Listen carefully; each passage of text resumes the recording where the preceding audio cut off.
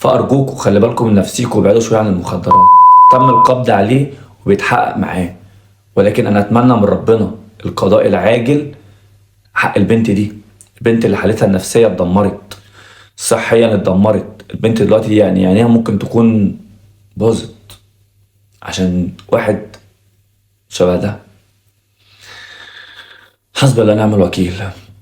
في رسالة بس أنا آسف جدا يعني عايز أوصلها لست محترمة متابعاني، بتقول لي بالله عليك ارحمنا شوية من فيديوهاتك لأن فيديوهاتك بتجيب لنا اكتئاب. أنا بعتذر ليكي، أنا قلتها لك في وشك وبقولها لك تاني في فيديوهات عشان برضو لو غيرك برضو بيجيله نفس الاكتئاب. لو لقيتيني في وشك ومش عاجبك الفيديوهات بتاعتي تقدري تعملي يعني تحولي عليا أو تعملي بلوك، ولكن أنا مش هقدر إن أنا أشوف حاجة غلط وما أتكلمش عنها. واللي إحنا بنعرضه هنا هو جزء من الواقع اللي انتوا عايشين فيه.